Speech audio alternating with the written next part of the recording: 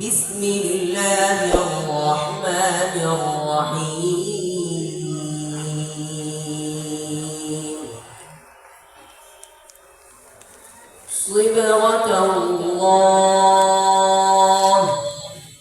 ومن أحسن من الله صبغة ونحن له عابدون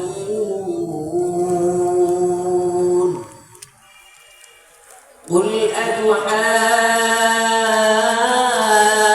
أتحاجوننا في الله وهو ربنا وربكم ولنا أعمالنا ولكم أعمالكم ونحن له مخلصون أم تقولون إن إبراهيم وإسماعيل وإسحاق ويعقوب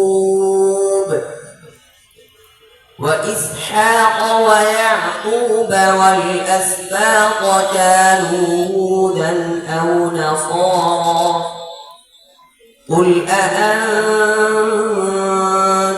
أعلم أم الله ومن أظلم ممن كتم شهادة عنده من الله وما الله بغافل عما تعملون تلك أمة قد خلت لها ما كسبت ولكم ما كسبتم ولا تسألون عما كانوا يعملون صدق الله العظيم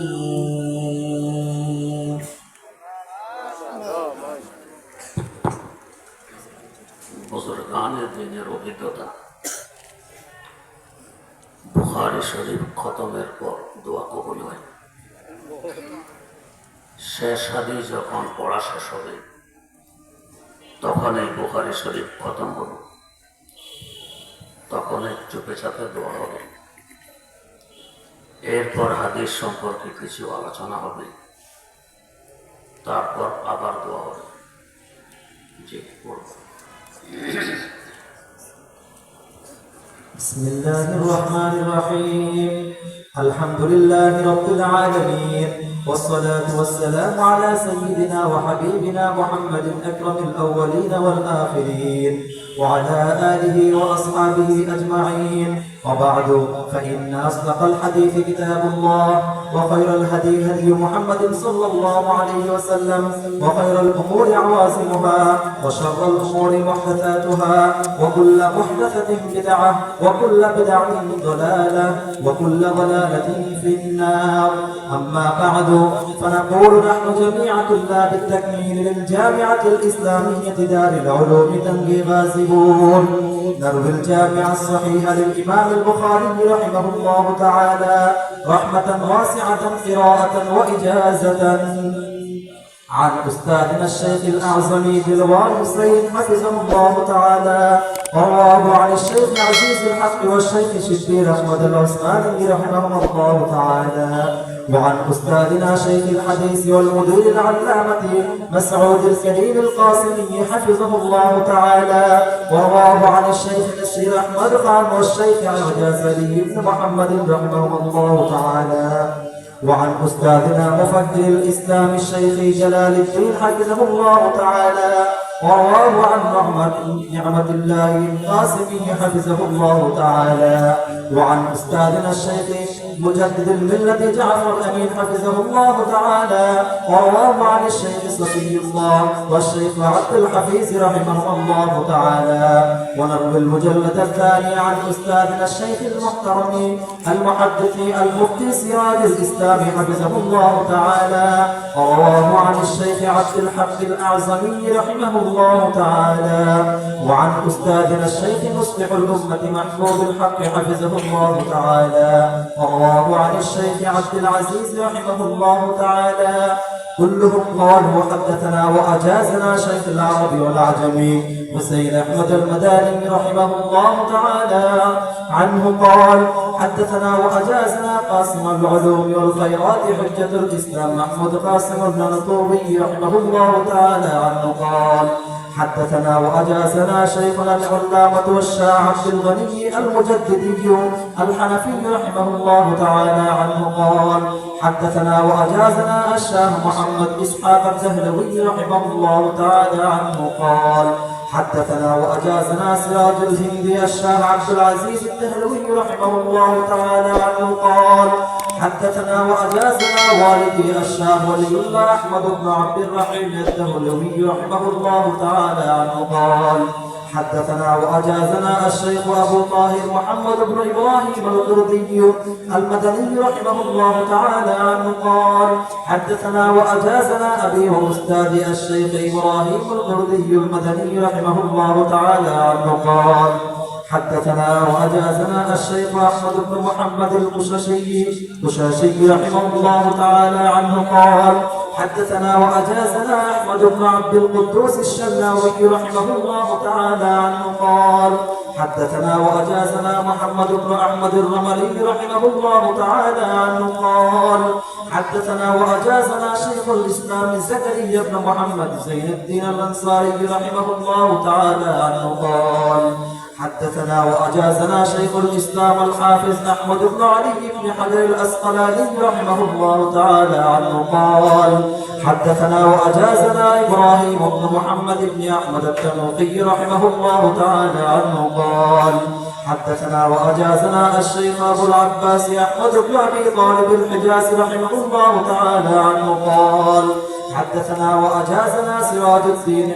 حسين بن المبارك أبو علي الزبدي رحمه الله تعالى عنه قال حدثنا وأجازنا أبو الأول بن عيسى الهروي أبو الوقت السجزي رحمه الله تعالى عنه قال حدثنا وأجازنا عبد الرحمن بن مزفر أبو الحسن الداودي رحمه الله تعالى عنه قال حدثنا وأجازنا الشيخ أبو محمد عبد الله بن أحمد السرخسي رحمه الله تعالى عنه قال حدثنا وأجازنا الشيخ أبو عبد الله محمد بن يوسف الفربري رحمه الله تعالى عنه ورواه عن الشيخ الإمام الهمام الحافظ الحجة أمير المؤمنين في الحديث أبي عبد الله محمد بن إسماعيل بن إبراهيم بن مغيرة بن بردزبة الجعفي اليماني البخاري رحمه الله تعالى عنه اللهم انفعنا بعلومه وعلومهم آمين يا رب العالمين.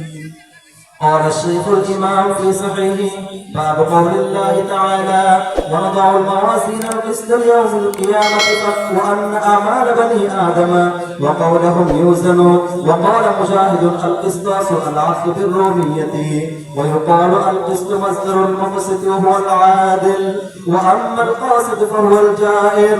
وبه قال حدثني أحمد بن إشكاب حدثنا محمد بن فزيل عن عمارة بن القعقاع عن أبي زرعة عن أبي هريرة رضي الله عنه قال قال النبي صلى الله عليه وسلم كلمتان حبيبتان للرحمن خفيفتان على اللسان ثقيلتان في الميزان سبحان الله وبحمده سبحان الله العظيم. الحمد لله رب العالمين والصلاة والسلام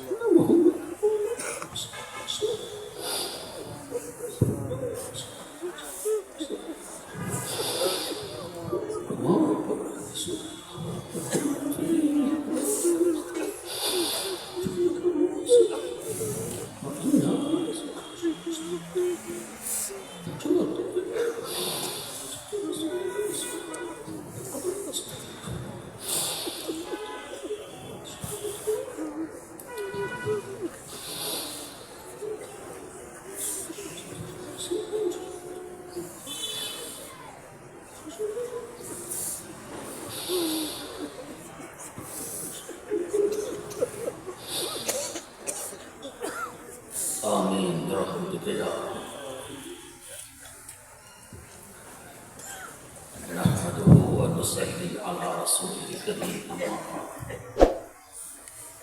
فأعوذ بالله من الشيطان الرجيم بسم الله الرحمن الرحيم ونضع الموازين القسط ليوم القيامة صدق الله مولانا العظيم ভালো ফল পেতে হলে জমিনে ভালো বীজ বপন করতে হবে। বীজ বপনের পূর্বে জমিনকে বীজ বপনের উপযোগী বানাইতে হবে। সমান করার প্রয়োজন পড়লে সমান করার আগে, নরম করার দরকার হলে নরম করতে হবে। ইমাম বুখারী রাহিমাহুল্লাহ ওহীর আলোচনা দিয়ে জমিনকে বীজ বপনের উপযোগী করলেন। এরপর যখন জমিন বীজ বপনের উপযোগী হয়ে গেছে, বীজ লাগাই দিলেন, কিতাবুল ঈমান শুরু করলেন। এবার চারা গজাইলে পরিচর্যা কিভাবে করতে হবে না হবে তা জানা রাখবে। তাই ঈমানের পর কিতাবুল ইলম শিক্ষা অধ্যায় আরম্ভ করে দিলেন। পরিচর্যা কিভাবে করতে হয় না হয় তা জানার পর পরিচর্যা করা আরম্ভ করতে হয়। তাই এরপরে কিতাবুত তাহারা, কিতাবুস সালাত পরিচর্যা আরম্ভ করে দিলেন। ফল হাতে আসে সর্বশেষ, তাই ফলের আলোচনা হাদিস দিয়ে কিতাব সমাপ্ত করলেন। ফলের আলোচনা করতে গিয়ে এক টুকরা আয়াতে কারিমা পেশ করলেন, ওয়া নাযারুল মাওয়াজিনাল কিসতা লিয়াউমিল কিয়ামা। আল্লাহ রাব্বুল আলামিন বলেন, আমি কিয়ামতের দিবস ইনসাফের পাল্লা প্রতিষ্ঠা করব। আরবিতে পাল্লাকে বলে মিজান, বহু বচন মাওয়াজিন। আয়াতে কারিমায় মাওয়াজিন বহু বচন ব্যবহার করা হয়েছে। এই নিয়ে লম্বা চৌড়া ব্যাখ্যা বিশ্লেষণ আছে। স্বতঃসিদ্ধ কথা হল, হাসর মাঠের ইনসাফের পাল্লাটি হবে অসাধারণ বড়। কত বড়? পাল্লার ডান্ডির দুই পাশে দুইটি টুকরি ঝুলন্ত অবস্থায় থাকে। এক একটি টুকরি এত বড় হবে, 7 তবক জমিন ও আসমান যদি একটি টুকরিকে তুলে ধরা হয়, এগুলো সব টুকরির ভিতরে ডুবে যাবে। টুকরি হবে আরো বড়। এই বড়ত্ব বোঝানোর লক্ষ্যে মাওয়াজিন বহু বচন ব্যবহার করা হয়েছে। পাল্লা প্রতিষ্ঠা করবেন কেন? আগে বলছেন, ওয়া আন্না আমালা বানি আদম ওয়া কাওলাতুম ইউজান। আদম সম্প্রদায়ের আমল সমূহ এবং কথা মাপ দেওয়া হবে। এখানে প্রশ্ন জাগে, আমলের দেখনে কথারও দেখনে মাপ দিবে কি করে? এই প্রশ্নের কারণে মুতাজিলী সম্প্রদায় আমল মাপ দেওয়াকে অস্বীকার করে। উত্তর অনেক সহজ। গরম ঠান্ডার দেহ নেই, এরপরও আমরা মাপ দিই। তাপমাত্রা কত ডিগ্রি, কত ডিগ্রি সেলসিয়াস, একটি মেশিনের মাধ্যমে মাপ দিই। মেশিনটি আবিষ্কার করেছে আমাদের ক্ষুদ্র ব্রেন। আমাদের ক্ষুদ্র ব্রেন যদি এমন মেশিন আবিষ্কার করতে সক্ষম হয় যে মেশিন দ্বারা দেহবিহীন গরম ঠান্ডা মাপ দেওয়া যায়, এই ব্রেনের আবিষ্কারক আল্লাহ রাব্বুল আলামিনের পক্ষে কি সম্ভব হবে না? দেহবিহীন আমল এবং কথা মাপ দিয়ে দিতে নিঃসন্দেহে সম্ভব হবে। পাল্লাটি প্রতিষ্ঠা করবে কোথায়? প্রতিষ্ঠা করবে বিচারালয়ের সামনে। বিচারালয় কোথায়? বিচারালয় হাসর মাঠে। হাসর মাঠ কোথায়? হয়তো আমাদের কারো কল্পনা, আল্লাহ বিশাল একটি ময়দান কোথাও সৃষ্টি করে রেখে দিয়েছেন। বাস্তবতা এমন নয়। আমরা বর্তমান যে জমিনে বসবাস করছি, এই জমিনে হাসর মাঠ। তবে এখনকার জমিন এবং তখনকার হাসর মাঠে তিনটি ব্যবধান থাকবে। 1 নম্বর ব্যবধান, এখন এই জমিনের আয়তন প্রায় 20 কোটি বর্গ মাইল। আমাদের কারো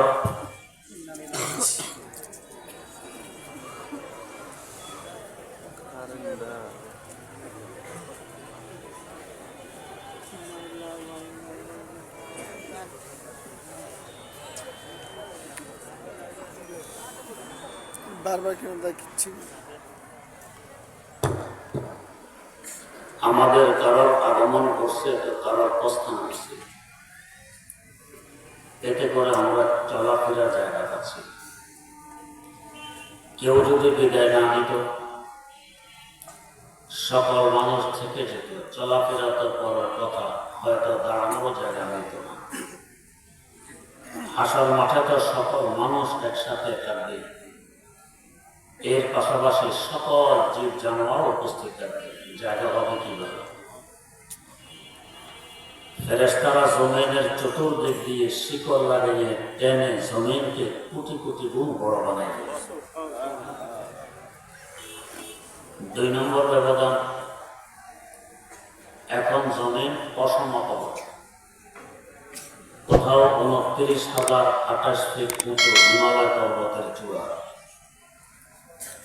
আবার কোথাও 9 কিলোমিটার গভীর আটলান্টিক মহাসাগরের তলা। হাসর মাঠ হবে একেবারে সমান, কোনো উঁচু নিচু থাকবে না। 3 নম্বর ব্যবধান, এখন জমিন মাটি, তখন হবে তামার। বিচারালয় কোথায়? বর্তমান যে ময়দানকে আরাফার ময়দান বলা হয়, এটি হবে বিচারালয়। আরাফার ময়দানের আয়তন এখন 12 বর্গ মাইল। তখন জমিন যে হারে বড় হবে, আরাফার ময়দান ওই হারে বড় হয়ে যাবে। এখানে প্রতিষ্ঠা করা হবে ইনসাফের পালা। এখানে একটি প্রাসঙ্গিক কথা, যদি কোনো আসামি এমন হয় বাস্তবে সে অপরাধী, সপক্ষে কোনো সাক্ষী নেই, বিপক্ষে সাক্ষী আছে, হাকিম ঘুষ খায় না, বাঁচার উপায় কি? একটি মাত্র উপায়, যদি চোখের পানি ঢেলে দিয়ে আবেগ সহকারে কিছু কথা হাকিমের সামনে তুলে ধরে হাকিমের মন নরম করা যায়, তবেই বাঁচা যাবে, এছাড়া বাঁচার আর কোনো রাস্তা নেই। কিন্তু হাকিমের সাথে তো যাত্রার সাক্ষাৎ সম্ভব নয়। কি করে তার সামনে কথাগুলো তুলে ধরব? একটি রাস্তা আছে, সে রাস্তা হলো কোর্টের উপস্থিতি।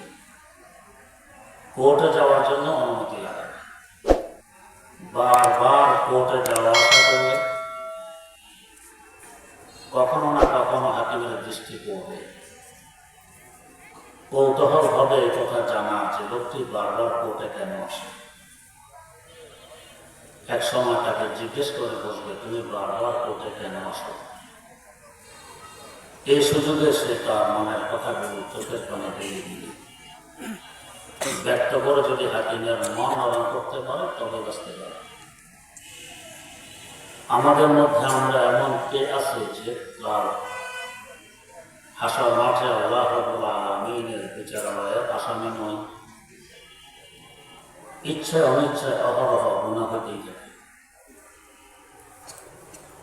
আমাদের দেহের অঙ্গগুলো পর্যন্ত বিরুদ্ধে সাক্ষী দিবে, বিচারক স্বয়ং আহকামুল হাকিমিন আল্লাহ রাব্বুল আলামিন বাঁচার উপায় কি?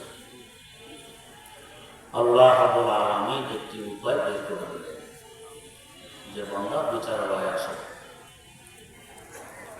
যুলহজের 9 তারিখ সূর্য পশ্চিম আকাশের গোলার পর থেকে নিয়ে অস্ত যাওয়া পর্যন্ত আমার রহমতের সাগরে জোশ ওঠে, তরঙ্গ হয়ে চলে। এই সময় যদি চোখের পানে ঢেলে দিয়ে আবেগ সহকারে মনের কথাগুলো আমার দরবারে তুলে ধরতে পারো, তোমার আব্বা আদম আলাইহিস সালামের ক্ষমা এখানে হয়েছে, তোমার ক্ষমাও এখানে হবে। এই লক্ষ্যে আল্লাহ রাব্বুল আলামিন প্রতি বছর লক্ষ লক্ষ মুমিন মুসলমানকে ময়দানে ডেকে নিয়ে যায়। তাই হাদিস শরীফে আছে, আরাফার ময়দান থেকে যখন হাজী বের হয়, কান্নাহু বুলিদাল ইয়াওম, যেন সে আজকে মাতৃগর্ভ থেকে বেরিয়ে এসেছে, স্বচ্ছ নিষ্পাপ। আল্লাহ রাব্বুল আলামিন আমাদের সকলকে জিলহজের 9 তারিখ নির্দিষ্ট সময়ে ওই ময়দানে বারবার হাজির দেওয়ার তৌফিক দান করুন। আমিন। পাল্লাটি ধরবেন কে? ধরবেন হযরত জিবরিল আমিন আলাইহিস সালাম। এই বিশাল পাল্লায় ঝুলন্ত অবস্থায় রেখে অসংখ্য মানুষের অসংখ্য আমল ও কথা মাপ দিবে। কত শক্তির প্রয়োজন! আল্লাহ পাক এত শক্তি তাকে দান করেছেন। একটি ঘটনার সামনে আসলে একটু আন্দাজ করা যাবে তার শক্তি কেন। ঘটনাটি বলব, বর্তমান বিশ্বে একটি ব্যতিক্রম ধর্মীর সাগর আছে। সাগরটির জর্ডানে অবস্থিত, লম্বা 81 কিলোমিটার, চওড়া 18 কিলোমিটার। এই সাগর উৎপত্তির ইতিহাস কি? এখানে এক সময় কোনো সাগর ছিল না, ছিল একটি বিশাল জনপদ। আল্লাহর পয়গম্বর সাইয়্যিদানা হযরত লূত আলাইহিস সালাতু ওয়াস সালামের সম্প্রদায় এখানে বসবাস করত। এরা একটি মারাত্মকতম নিম্নমানের ঘৃণিত গুনাহ আবিষ্কার করে। এর আগে এই গুনাহ জমিনে কখনো সংঘটিত হয়নি। এই গুনাহকে বাংলায় বলা হয় সমকামীদের। আল্লাহর পয়গম্বর জান প্রাণ দিয়ে এদেরকে ফেরানোর চেষ্টা করলেন, তারা ফিরল না। এতে করে আল্লাহ পাকের গজব নাযিল হয়। প্রথমে পাথরের বৃষ্টি বর্ষণ হয়, এরপরও তার গজব থামল না। তিনি হযরত জিবরিল আমিন আলাইহিস সালামকে পাঠিয়ে দিলেন। যিনি এসে পাতা মেরে 81 কিলোমিটার লম্বা, 18 কিলোমিটার চওড়া, মানুষ, গরু, ছাগল, ঘোড়া, গাধা, হাতি, পাহাড় পর্বত, গাছগাছালি সব সহকারে তুলে নিয়ে গেলেন আকাশ পর্যন্ত। নিয়ে উল্টা করে নিচের দিকে ধাক্কা মারলেন। এক ধাক্কায় 1300 ফিট নিচে নেমে যায়। আল্লাহ পাক কোরআনে কারিমে বলেন, ওয়া জাআলনা আলিয়াহা সাফিলা, আমি জমিনের উঁচুতম জায়গাকে নিচুতম জায়গায় পরিণত করে দিই। এই আয়াতে আরেকটি অর্থ হয়, জমিনের উপরের দিককে নিচের দিক, নিচের দিককে উপরের দিক বানাই দিলেন। এতে করে একটি সাগর সৃষ্টি হয়। এই সাগরের আরবি নাম আল-বাহরুল মাইয়িত, বাংলা নাম মরুসাগর, ইংরেজি নাম ডেড সি। যেহেতু গজবের কারণে সাগর উৎপত্তি, এখনো সে গজবের আলামত চিহ্ন পরিলক্ষিত। যেমন 1 নম্বর, দুনিয়ার কোনো সাগরের সাথে সাগরের সম্পর্ক নেই, যেহেতু গজবের কারণে সাগর সৃষ্টি। 2 নম্বর, দুনিয়ার সাগরের তলায় বহু উদ্ভিদ জন্ম নেয়। এই সাগরের তলায় আজ পর্যন্ত কোনো উদ্ভিদের সন্ধান নেই, গজবের কারণে কোনো উদ্ভিদ জন্ম নেয় না। 3 নম্বর, দুনিয়ার সাগরে অসংখ্য প্রাণী, মাছ ইত্যাদি বসবাস করে। এই সাগরে আজ পর্যন্ত কোনো প্রাণীর সন্ধান নেই, গজবের কারণে কোনো প্রাণী এখানে বসবাস করে। 4 নম্বর, কোনো মাছ ইত্যাদি ধরে এনে সাগরে ছেড়ে দিলে তৎক্ষণাৎ মারা যায়, জিন্দা থাকে, গজবের প্রভাব। এই কারণে সাগরটির নাম মরুসাগর, আল-বাহরুল মাইয়িত বা ডেড সি। 5 নম্বর, দুনিয়ার সাগরের পানির পিঠ, পানির লেয়ার যেখানে, এই সাগরের পানির লেয়ার 1 থেকে 1300 ফিট নিচে। 6 নম্বর, পানি দেখতে দেখা যায় স্বচ্ছ পরিষ্কার। গোসল করে উঠলে এক প্রকার রাসায়নিক বস্তু দেহে চিমটে ধরে, সাবান শ্যাম্পু দিয়ে পরিষ্কার করা কঠিন। 7 নম্বর, দুনিয়ার সাগরে পানি লবণাক্ত, লবণের মাত্রা 3 থেকে 6%। মরুসাগরের পানিতে লবণের মাত্রা 26%। তো যে ফেরেশতার এক পাখার মাধ্যমে একটি সাগর সৃষ্টি হয়ে যায়, ফেরেশতার শক্তি কেমন? যে আল্লাহ একজন ফেরেশতাকে এত শক্তি দিতে পারেন, ওই আল্লাহ শক্তি কেমন? এই সাগরের ইতিহাস যে শুধু মুসলমানরা জানে তা নয়, পশ্চিমা বিশ্ব তথা ইহুদি খ্রিস্টানেরাও জানে। যে গুনাহের কারণে সাগর সৃষ্টি, তারা এই গুনাহে লিপ্ত। ধর্মীয়ভাবে তাদের পোপ ফতোয়া দিয়েছে এই গুনাহ বৈধ, সমকামিতা বৈধ। সরকারিভাবেও তারা আইনগতভাবে বৈধতা দিয়েছে যে এই গুনাহ বৈধ, পুরুষ পুরুষকে বিয়ে করতে পারে। ফলস্বরূপ আরেকটি গজব তাদের উপর নাজিল হয়, এইডস রোগ। ৯৭,০০০ লক্ষ লক্ষ যুবক যুবতী এ রোগে আক্রান্ত হয়ে ঢুকে ঢুকে মারা যাচ্ছে। কোন চিকিৎসা এখন আবিষ্কার হয়নি, হয়তো হবে না। তারা তো মারাত্মকতম গজবে নিপতিত। মুসলিম জাহান এখনো এর থেকে পবিত্র আছে, আল্লাহ পাক হেফাজত করেছেন। তারা চায় মুসলমানেরাও এই গজবের আওতায় চলে আসে। তাই বিভিন্ন সময়, বিভিন্ন কৌশলে, বিভিন্ন আকর্ষণীয় শিরোনাম, যাতে আমরা গুনাহে লিপ্ত হই, তারা চেষ্টা চালিয়ে যায়।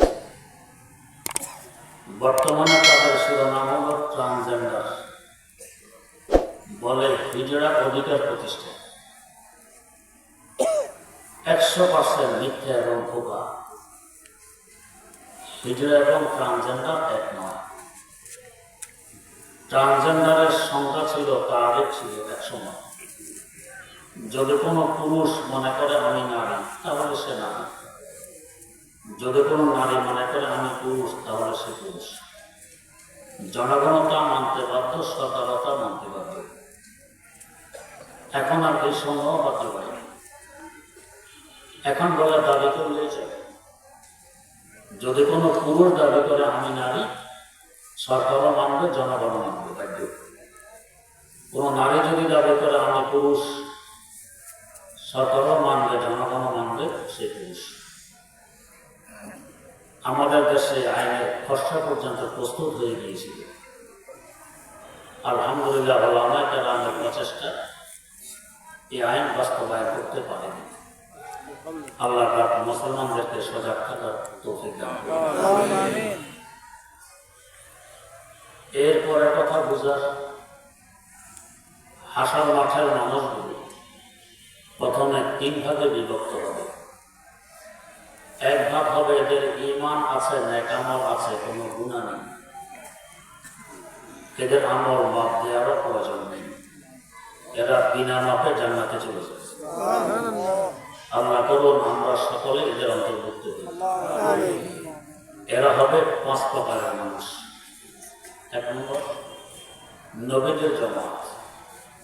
আহলে সুন্নাহ ওয়াল জামাতের আকীদা, সকল নবী মাসুম, নিষ্পাপ, বিনা হিসাবে জান্নাতে যাবে।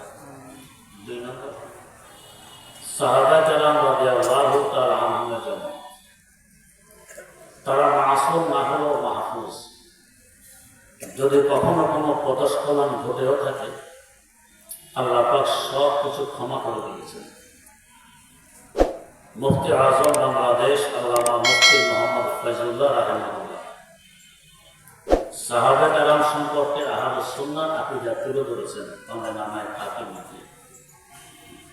তিনি লেখেন, কুল সাহাবা আদলাম আয়ানে জান্নাতি হাসাতান দেশক জুমলাশা দরবাতে সাহাবত রুমানি হামাকুন নিজ গায়ে বজবানি হামাকুন।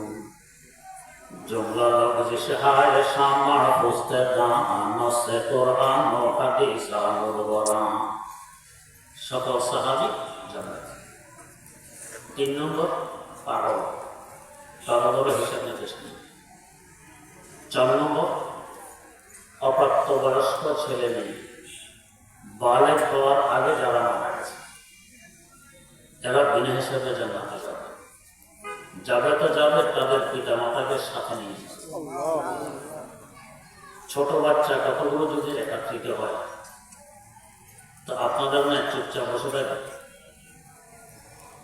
লাভ খাও, কিলাকিলি গোতাগতি হই হুল্লো চিৎকার আত্মার, এটা এদের স্বভাব, দোষ নয়, বৈশিষ্ট্য। হাসার মাঠও নাকি এরা এই অবস্থা শুরু করবে, পুরা মাঠ অশান্ত করে তুলবে। আল্লাহ পাক ফেরেশতাদেরকে বলবেন এদেরকে জান্নাতে দিয়ে আসো, তবে হাসার মাঠটা শান্ত হবে। ফেরেশতারা এদেরকে নিয়ে রওনা করলে এরা বলবে আমাদেরকে কোথায় নিয়ে যাওয়া হচ্ছে? জান্নাতে। আমরা তো একা কোথাও যাই না, ছোট বাচ্চারা পিতা মাতা ছাড়া একা যায়। আমাদের সাথে আমাদের আব্বা আমাকে দিয়ে তারপরে যাওয়া হচ্ছে। ওদের তো হিসাব কিতাব আছে দেরি করে, তো তাহলে আমরা এখানে আসি, এখন যাবো না, সিদ্ধান্ত নিতে হবে।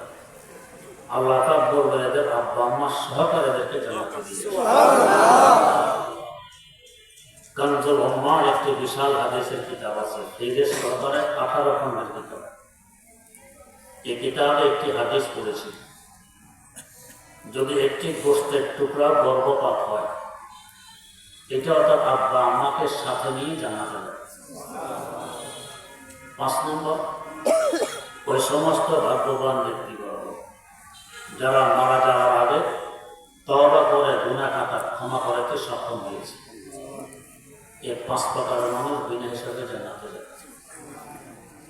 আরেক গ্রুপ বিনা হিসাবে জাহান্নামে যাবে, আলিয়াযু বিল্লাহ। এদের ঈমান নেই, কাফের, মুশরিক, নাস্তিক, মুরতাদ, দাহারি ইত্যাদি। আরেক সম্প্রদায় ঈমান আছে, নেকামল আছে, বদামল আছে। এদের নেকামল বেশি না বদামল বেশি, এটা এদেরকে বোঝানোর জন্য মাপ দেওয়া হয়। এদের আমল মাপ দিতে গিয়ে এরাও 3 ভাগে বিভক্ত হবে। এক ভাগ হবে এদের নেকামল বেশি, বদামল কম। বেশি নেকামলের বরকতে এদের বদামলগুলোকে আল্লাহ পাক নেকি দিয়ে পরিবর্তন করে এদেরকে জান্নাত দিয়ে দিয়েছে। বোঝার বিষয়, বদিকে নেকি দিয়ে পরিবর্তন করবেন কেন? ও বদি হল আত্মার রোগ। রোগ নিয়ে হাসপাতাল থেকে রিলিজ পাওয়া যায় না, রোগ সেরে গেলে তারপর ডাক্তার রিলিজ দেয়। জান্নাত আমাদের আসল বাড়ি, রোগ নিয়ে সেখানে যাওয়া যাবে না। পেটে দিলে তো চলে, তো পেটে দিলে আমার নামা অসুন্দর দেখাবে। আমার আল্লাহ নিজেও সুন্দর, পছন্দ করেন সুন্দরকে। ইন্নাল্লাহ জামিল ইউহিব্বুল জামাল। তো মিটিয়ে দিলে কিছু জায়গায় থাকবে লেখা, কিছু জায়গায় সাদা, এটাও দৃষ্টি। পরীক্ষার কাগজে যদি ছাত্র 2 ইঞ্চি লেখে, 2.5 ইঞ্চি খালি, 3 ইঞ্চি লেখে, 4 ইঞ্চি খালি, ব্যক্তি দৃষ্টিগত নম্বর কম আসবে। তাই মিটার বদামলগুলোকে নেকামল দিয়ে পরিবর্তন করে সুন্দর আমলনামা সহকারে দেখে জান্নাত দিয়েছে।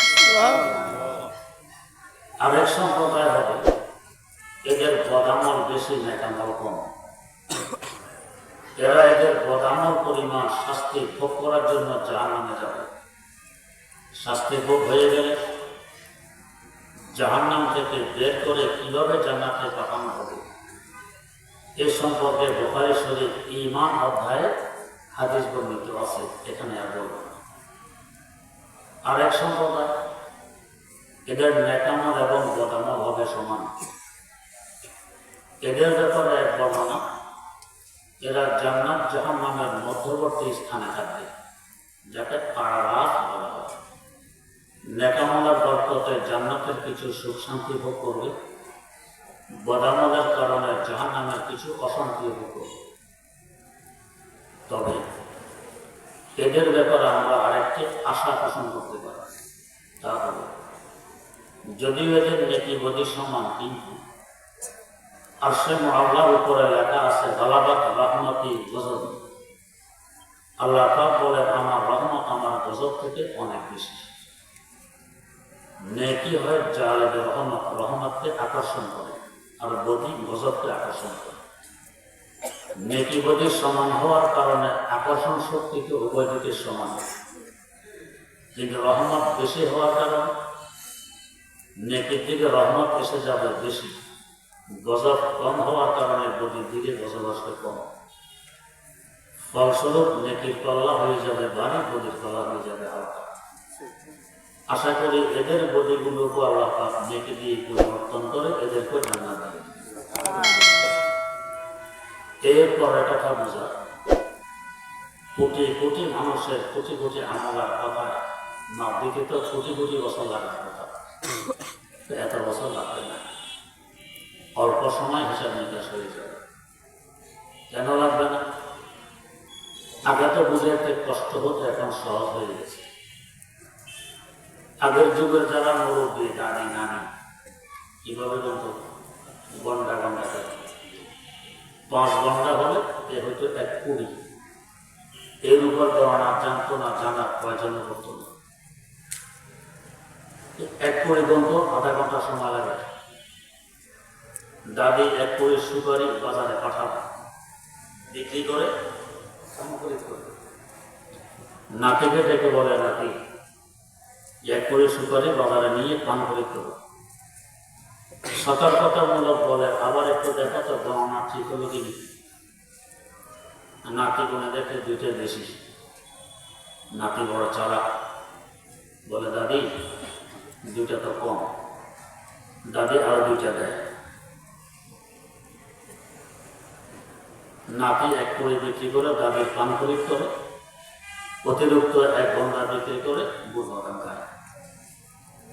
দাদিকে যদি বলা হতো দাদি তুমি 1 কোটি গণনা করতে আধা ঘন্টা লাগিয়েছ, তাও লস করেছো 1 ঘন্টা, 1 কোটি গন্ত তো আধা ঘন্টা লাগে।